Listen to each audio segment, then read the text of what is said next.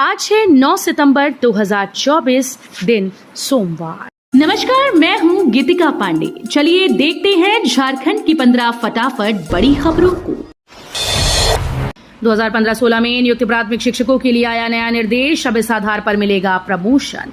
वर्ष 2015-16 में कक्षा 1 से 5 के लिए नियुक्त प्राथमिक शिक्षकों को प्रोन्नति के लिए शिक्षक पात्रता परीक्षा उत्तीर्ण होने की अनिवार्यता बरकरार रहेगी। स्कूली शिक्षा व साक्षरता विभाग ने समीक्षा के बाद पूर्व से कार्यरत प्राथमिक शिक्षकों की तरह वर्ष 2015-16 में नियुक्त प्राथमिक शिक्षकों को इस अनिवार्यता से छूट देने की मांग को समीक्षा के बाद खारिज कर दिया है। झारखंड में खरीदी गई 17 बुलेट प्रूफ कार, सीएम और राज्यपाल के लिए एक रिजल्ट। झारखंड में वीवीआईपी सुरक्षा के लिए 17 बुलेट प्रूफ इनोवा कार की खरीद की गई है। वर्तमान में 5 बुलेट प्रूफ वाहन रांची आ गए। जल्द ही इसकी डिलीवरी राज्य पुलिस को होनी है। जानकारी के मुताबिक वर्तमान में राज्यपाल व मुख्यमंत्री के काफिले में एक बुलेट प्रूफ गाड़ियां हैं, लेकिन अब राज्यपाल व सीएम के लिए रिजर्व में भी एक बुलेट प्रूफ गाड़ियां रखी जाएंगी। राज्य में Z+ सुरक्षा श्रेणी से आच्छादित वीवीआईपी को भी बुलेट प्रूफ वाहन दिए जाएंगे। ऑपरेशन कोलान में जुटे सीएम हेमंत सोरेन, कार्यकर्ताओं का बढ़ाया जोश। मुख्यमंत्री से झामुमो के कार्यकारी अध्यक्ष हेमंत सोरेन ने कोल्हान की चुनावी रणनीति को धार दे रहे हैं। उन्होंने पार्टी के कार्यकर्ताओं को संबोधित करते हुए कहा कि कार्यकर्ता ही संगठन की असली पूंजी हैं और कार्यकर्ता ही नेता बनाते हैं। उन्होंने कांके रोड स्थित मुख्यमंत्री आवास में सरायकेला खरसावां जिला की विस्तारित बैठक की अध्यक्षता की।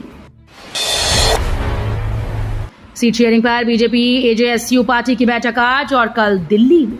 झारखंड विधानसभा चुनाव के लिए सियासी सरगर्मी तेज है। एनडीए गठबंधन में सीट बंटवारे को लेकर आज और कल दिल्ली में बीजेपी और आजसू पार्टी के बीच अहम बैठक होगी। इस बैठक में गृह मंत्री अमित शाह, बीजेपी के झारखंड चुनाव प्रभारी शिवराज सिंह चौहान और सह प्रभारी हिमंत बिस्व शर्मा भी मौजूद रहेंगे।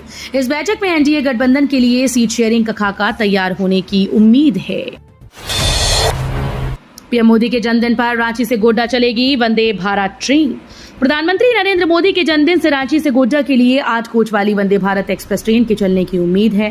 हालांकि दक्षिण पूर्व रेलवे प्रशासन ने अभी इसकी पुष्टि नहीं की, लेकिन रेलवे सूत्र बताते हैं कि ट्रेन चलाने की प्रस्तावित तिथि निर्धारित हो चुकी है। इसके अनुसार रांची से ये ट्रेन सुबह 5 बजे रवाना होकर गोड्डा दोपहर 1:37 पर पहुंचेगी। झारखंड सरकार के सेज से महंगा हो जाएगा कोयला, सालाना मिलेंगे 1,500 करोड़ का राजस्व। सुप्रीम कोर्ट के आदेश के बाद झारखंड मंत्रिपरिषद ने खनिज धारित भूमि उपकार अधिनियम 2024 को स्वीकृति दी है। इससे प्रति टन कोयला 100 रुपए महंगा हो जाएगा। इससे झारखंड को उपकर से सालाना 1,500 करोड़ से अधिक का राजस्व मिलेगा। यानी झारखंड को कोयले से रॉयल्टी और DMFT के अतिरिक्त एक और मद यानी सेज से बड़ी आमदनी होगी। सेना भूमि घोटाला मामले में आरोपी को सुप्रीम कोर्ट से जमानत बरकरार। उच्चतम न्यायालय ने प्रवर्तन निदेशालय की उस याचिका को खारिज कर दिया है जिसमें रांची में भारतीय सेना की 4.55 एकड़ जमीन की बिक्री से जुड़े धनशोधन मामले में एक आरोपी को जमानत दी जाने को चुनौती दी गई थी। इस मामले में कथित तौर पर फर्जी संपत्ति दस्तावेज तैयार किए गए थे। जमानत पर जेल से बाहर आए झारखंड के मुख्यमंत्री हेमंत सोरेन भी कथित भूमि घोटाले से जुड़े धनशोधन मामले में आरोपी हैं। विधानसभा चुनाव से पहले कांग्रेस की हेमंत सोरेन से नए मंत्रालय की मांग। झारखंड कांग्रेस प्रदेश अध्यक्ष केशव महतो कमलेश ने कहा कि कांग्रेस की बैठक में एक महत्वपूर्ण प्रस्ताव पर बात हुई, जिसमें कहा गया कि तमिलनाडु, आंध्र प्रदेश और बिहार की तर्ज पर झारखंड में भी सरकार पिछड़े वर्ग के कल्याण के लिए एक अलग अलग पिछड़ा वर्ग कल्याण मंत्रालय का गठन करे। उन्होंने आगे कहा कि कांग्रेस का एक प्रतिनिधिमंडल प्रदेश के मुख्यमंत्री हेमंत सोरेन से मुलाकात कर जल्द से जल्द पिछड़ा वर्ग कल्याण मंत्रालय बनाने की मांग करेगा। झारखंड के पूर्व मंत्री सरयू राय की बढ़ सकती हैं मुश्किलें, इस मामले में प्राथमिकी दर्ज।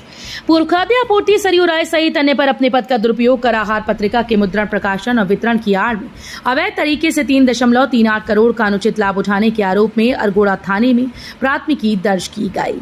इसमें सरयू राय के निजी सहायक से आहार पत्रिका के कार्यकारी संपादक आनंद कुमार व धनबाद के तत्कालीन प्रखंड आपूर्ति पदाधिकारी सुनील शंकर, बाबा कंप्यूटर्स के मालिक रितेश गुप्ता और JPPL के निदेशक को नामजद आरोपी बनाया गया। विधानसभा चुनाव से पहले पीएम मोदी संताल परगना को देंगे वंदे भारत ट्रेन का तोहफा।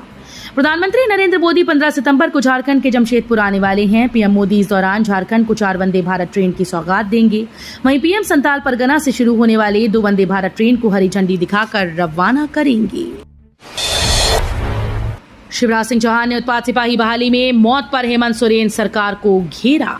केंद्रीय मंत्री और बीजेपी के झारखंड विधानसभा चुनाव प्रभारी शिवराज सिंह चौहान ने कहा कि झारखंड में उत्पाद सिपाही बहाली में अव्यवस्था के कारण अभ्यर्थियों की जान गई। यह हादसा नहीं, वोट के लालच में की गई हत्या है। जनता हेमंत सोरेन सरकार को कभी माफ नहीं करेगी। उन्होंने कहा कि झारखंड में 6 परिवर्तन यात्राएं निकाली जाएंगी। झारखंड में बिजली की नहीं होगी कमी। दिसंबर में PVUNL की पहली यूनिट का होगा उत्पादन।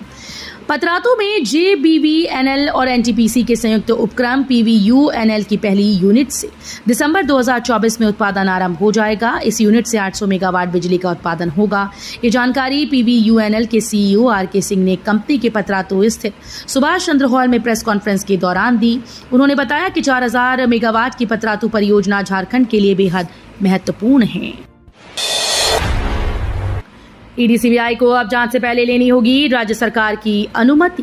गृह विभाग की जगह मंत्रिमंडल सचिवालय और निगरानी विभाग केंद्रीय जांच एजेंसी से जुड़े मामलों को देखेगा। DSP एक्ट की धारा 5 और 6 के मामलों को छोड़कर केंद्रीय जांच एजेंसी से जुड़े सभी मामले देखने की जिम्मेदारी मंत्रिमंडल सचिवालय विभाग को दे दी गई। अब तक कई राज्यों ने सीबीआई की एंट्री पर प्रतिबंध लगा रखा है। हालांकि हाल ही में भाजपा शासित मध्य प्रदेश ने भी राज्य सरकार से जुड़े मामलों की जांच में सीबीआई को कार्रवाई से पहले राज्य सरकार की अनुमति लेना अनिवार्य किया है। JSCA विमेंस T20 लीग में रांची रॉयल्स और धनबाद ड्रैगन्स का जीत से आगाज। झारखंड राज्य क्रिकेट एसोसिएशन का झारखंड में घरेलू महिला T20 लीग में शुक्रवार को 2 रोमांचक मुकाबले खेले गए। रांची रॉयल्स और धनबाद ड्रैगन्स ने प्रतियोगिता की जीत से शुरुआत की। दिन का पहला मैच रांची रॉयल्स और जमशेदपुर टाइटंस के बीच JSCA मुख्य मैदान में खेला गया। रांची रॉयल्स ने पहले बल्लेबाजी करते हुए 20 ओवर 5 विकेट खोकर 149 रन बनाए। 10वीं पास के लिए BSF में 15,000 भर्तियां। 13 भारतीय भाषाओं में होगी परीक्षा। SSC कांस्टेबल भर्ती के तहत 10वीं पास के लिए BSF में 15,654 भर्तियां निकाली हैं। इसमें 13,306 पद पुरुषों के लिए और महिलाओं के 2,348 पद शामिल हैं। इन पदों पर 14 अक्टूबर तक आवेदन किया जा सकता है। अभ्यर्थी SSC की ऑफिशियल वेबसाइट के जरिए इस भर्ती के लिए आवेदन कर सकता है। BSF भर्ती के लिए होने वाली परीक्षाएं कुल 13 भारतीय भाषाओं में होंगी।